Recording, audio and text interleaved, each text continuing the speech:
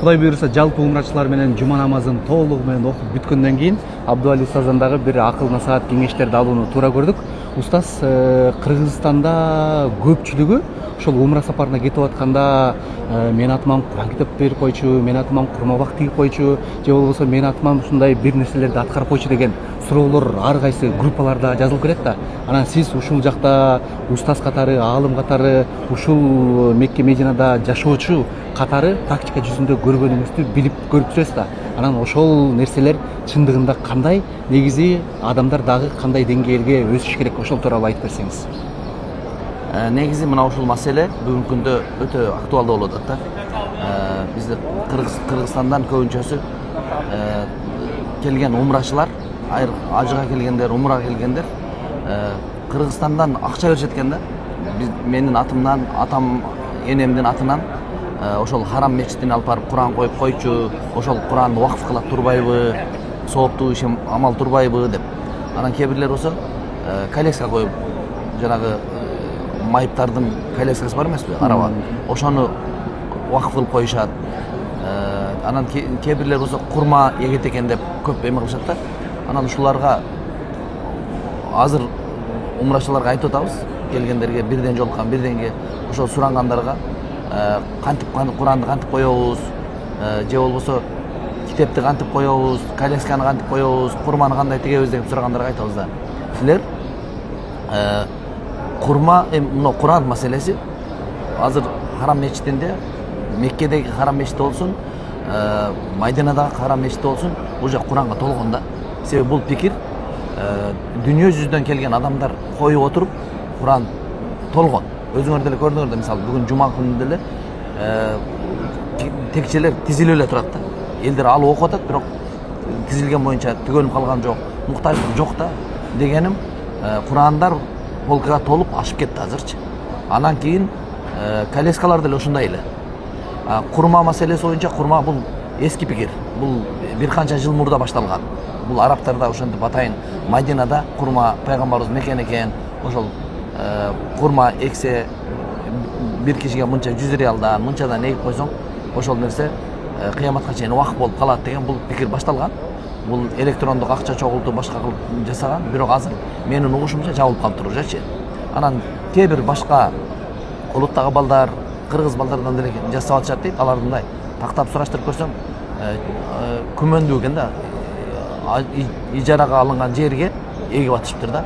Алардын келишими кандай болгон, еще немени сураса барып, кол менен эле кагазга жазып, ушул жерге тигилди деп туруп адресин берип коюп атат да. Эми ал жагын билбейм кандай. Бирок ошондон бир түшүнүктөрдү түздөп бир нерсени айткым келет да. Ошол бул жака Куран койгондон көрөкчө, бүгүн бул жеке менин оюм. Анан кийин шарият ушундай экен деген түшүнүк келбеш керек да. Бул менин оюм. Бул жакта Куран койгондон көрөкчө, бул жактан келдиңиз, умрага келдиңиз, жакшылык кылгыңыз келет, вакыф кылгыңыз келет, сооптуу амал кылгыңыз келет. Бул жактан мисалы китеп алып кетсеңиз болот. Биринчиден илимге салым кошкон болосуз. Экинчиден соопчулугу вакыф болуп калат. Бул жактан мисалы азыр Кыргызстанда китепке муктаж диний окуу жайларыбыз бар, мугалимдерибиз бар, имамдарыбыз бар, ислам академиясы бар, башкалар бар. Ошолорго муктаж болгон өзүнүн Ханафи мазхабтагы керектүү болгон илимий китептерди алып кетсе болот да. Бүгүн чынында ал жакта муктаждык көп да. Ошолорду алып кетсе болот. Анан чынында билбеши мүмкүн. Кандай китеп алып кетебиз десе. Ал учурларда жардам берсек болот, кеңеш берсек болот. Мына китепти алып кетсеңер, мына медресеге муктаж. Мисалы ошол эле келген киши ар бир айыл азыр менимче көпчүлүк эле айылда болбосо дагы жок дегенде райондун борборлорунда медреселер бар да. Ар ким ошол келген өзүнүн район борбордагы мугалимдер менен, медресе менен, окуу жайлар менен байланышып, ошолорго кандай китеп муктаждыгы бар. Ошолорду ала кетсе жакшы болот да. Анан же болбосо биз билбейбиз, ушундай муктаждык бар экен билбейбиз, кана десек, биз айтабыз. Бизде сурангандар бар. Ушундай китептерден болсо берип жибер деген диний окуу жайлар бар, мугалимдер бар, студенттер бар. Ошол китепке жетпей жүргөнчү. Ал кыяматка чейин мисалы бир эле китепти хадис боюнча болсун, же тафсирде болсун, башкада бир маселени ошол китеп аркылуу үйрөнүп, анан башкаларга жеткирип же өзү амал кылган болсо, ошолордун баардыгы сооптору ошол сатып берген кишиге, алып барып жеткирип берген кишиге кете берет да. Анан бир нерсени баса бергим келет да. Анан ушул сунушту айтсаң эле, дароо эле анан эм банкыңды сурап баштайт да. Жок, мен бул максатта айткан жокмун. Мага которгула, мен сатып туруп анан силерге салып ийем деген жокмун. Бул жерде мен сунуш айтып атам. Эгерде ошондой соопчулук кылам десеңер, ошондой жол көргөзөбүз, муктаждык бар жерине айтабыз, өзүңөр сатып алып, өзүңөр ошол багажыңарга салып алып барып бересиңер. Өткөндө айтып атсам, группадан көп болуп атат мына нерселерчи. Келген кишилерге айтсаң эле, дамда сиздин эм банкыңызды айтасызбы? Сизге которбойлу. Жок, андай эмес. Мен андай максатта айткан жокмун. Ага убактым деле жок. Ал эм банкты берип, анан акчаны чыгарып алып, анан китепти алып жөнөткөнгөчү. Биринчиден убактыбыз жок, экинчиден ал кимден берип жиберем мен аны.